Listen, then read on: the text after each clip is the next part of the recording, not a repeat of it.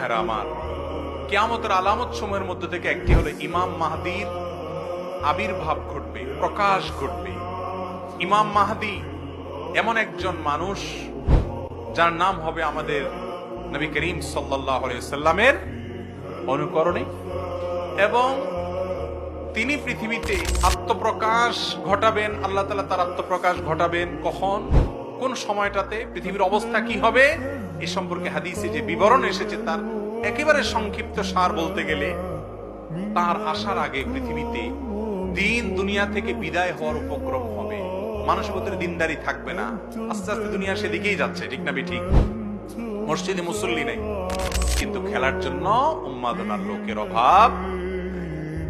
ভাইরা আমার, তার দুনিয়াতে আগমনের আগে পৃথিবী জুলুমে পরিপূর্ণ হয়ে যাবে। এই পরিমাণ জুলুম হবে যে পৃথিবীতে ন্যায় বিচার বলতে কিচ্ছু থাকবে না। জোর যার মুল্লুক তার, এটা গোটা দুনিয়ার রন্ধ্রে রন্ধ্রে প্রতিষ্ঠিত হয়ে যাবে। এইরকম জুলুম, এরকম অবিচার, এরকম গরমিল গোটা দুনিয়াতে শুরু হয়েছে, দিন দিন বাড়ছে। এটা বাড়তে বাড়তে যখন চরমে পৌঁছে যাবে, পৃথিবীর কোথাও ন্যায় বিচার বলতে কিচ্ছু থাকবে না, তখন ইমাম মাহদীর আত্মপ্রকাশের সময় আসবে। মানুষ হতাশ যখন হবে, মানুষ নেতৃত্ব খুঁজবে, তখন ইমাম মাহদীর আত্মপ্রকাশের সময় ঘনিয়ে আসবে। আল্লাহ রাব্বুল আলামিন তার আত্মপ্রকাশের আগে দাজ্জাল পাঠাবেন। দাজ্জালের অত্যাচার অবিচার চলবে, তার ফিতনা চলবে, যে ফিতনায় পতিত হয়ে অনেকেই দাজ্জালকে আল্লাহ মনে করে ঈমান হারা হবে। অনেক জাঁকজমকপূর্ণ দুনিয়া হবে এবং অনেক চমক সে দেখাবে।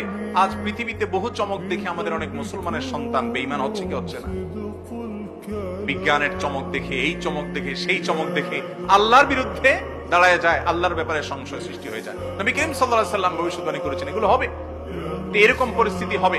ভাইরা আমার, এমন কি দুর্ভিক্ষ দেখা দিবে কয়েক বছর, কোন বর্ণায় 3 বছরের কথা, কয়েক বছরের কথা বিভিন্ন বর্ণায় আসছে যে ইমাম মাহদীর আত্মপ্রকাশের আগে পৃথিবীতে এরকম দুর্ভিক্ষ দেখা দিবে। এরপর আল্লাহ তাআলা ইমাম মাহদীর আত্মপ্রকাশ ঘটাবেন, তিনি লড়াই করবেন দাজ্জাল এবং দাজ্জালিপনার বিরুদ্ধে, এবং আল্লাহ তাআলা তাকে এমন একটা শাসন দিবেন যে শাসনে আল্লাহর পক্ষ থেকে বারাকা আসছে, আসমান থেকে বারাকা আসছে, সবকিছুতে বরকত আছে। পৃথিবীতে আবার তিনি ইনসাফ এবং নিষ্ঠা দিয়ে পুরো পৃথিবীকে পরিপূর্ণ করবেন। ইমাম মাহদী আসবেন এবং তার আবির্ভাব হবে। বিভিন্ন হাদিস থেকে এটি সন্দেহের আলোকে সন্দেহাতীত ভাবে এটি প্রমাণিত।